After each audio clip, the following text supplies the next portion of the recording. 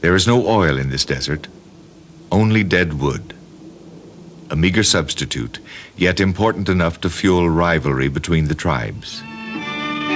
Through the ages, the tribes have been collecting wood on their own territories, carrying it back home with their traditional means of transportation.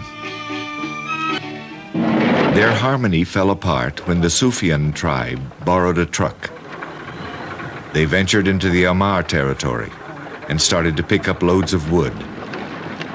They piled it up under heavy guard, fearing an attack by the neighboring tribe. Wasting no time, the Ahmars came to claim their share of the wood. The conflict was inevitable. The adversaries unsheathed their jambias, but a sheikh intervenes. He proposes to consult their sovereign, the Sheikh of Sheikhs, Abdullah bin Hussein al-Hamar.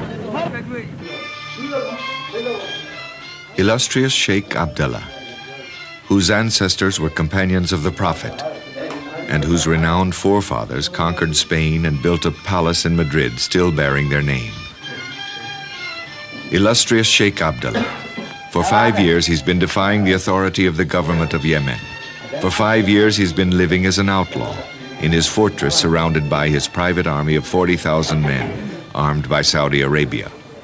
Illustrious Sheikh Abdullah, he sits on the floor with his vassals. Sheikh Abdullah checks the freshness of the khat leaves, a stimulating drug chewed during their daily rituals. He makes sure that the leaves and the water pipes are distributed to his guests.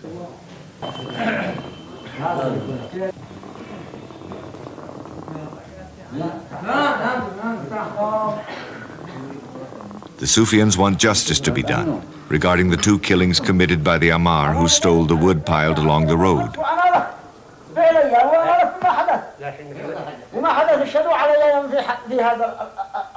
As the Sheikh tries to find out whom the wood belongs to, the leaders of both tribes claim ownership. The Sheikh concludes, his militia spotted the tracks the vehicles of the Sufyans left behind in the Ahmar desert. However, the Ahmar had no right to seek revenge. The Sheikh alone is in charge of justice. A deep silence fills the room. Everybody, under the influence, stares at the Sheikh, trying to guess the sentence.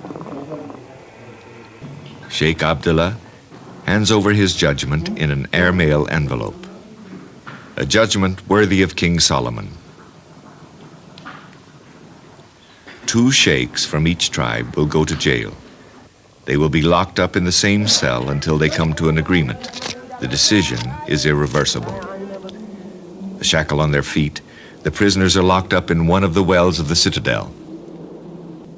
Every day, members of both tribes come to encourage the sheikhs to settle their dispute.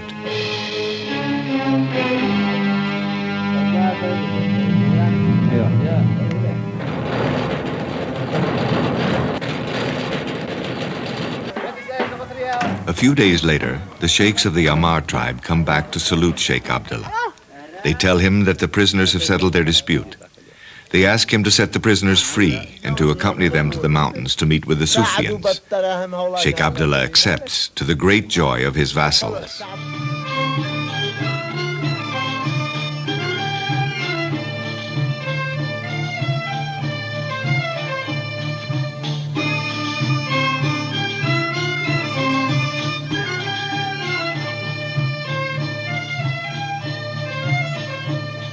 All along the way, warriors from the Sheikh's private militia and warriors from other vassal tribes enlarge the procession on its way to the mountains, where the Sufyans are expecting them.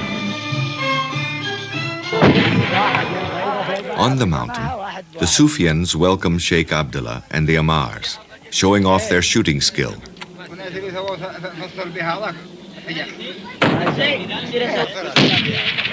While the Sufyans and the Ahmars are displaying their prowess as warriors, the sheikhs of both tribes explain to Sheikh Abdullah how the prisoners came to an agreement.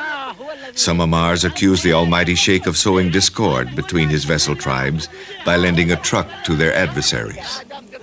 They even threaten not to accept his arbitration anymore and to call upon the help of the government, a move that would be a serious blow to the Sheikh.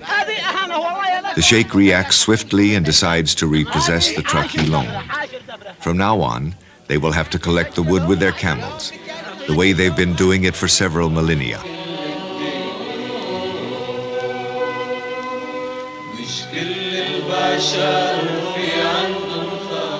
The only thing left to do for the Ahmars and the Sufians is to meditate over the decision of the Sheikh and to contemplate the savage beauty of the desert, where so much blood has been shed and will be shed, until the next judgment of Abdullah ben Hussein al-Hamar, chief of the mighty tribe of the Hashid, the free men of northern Yemen.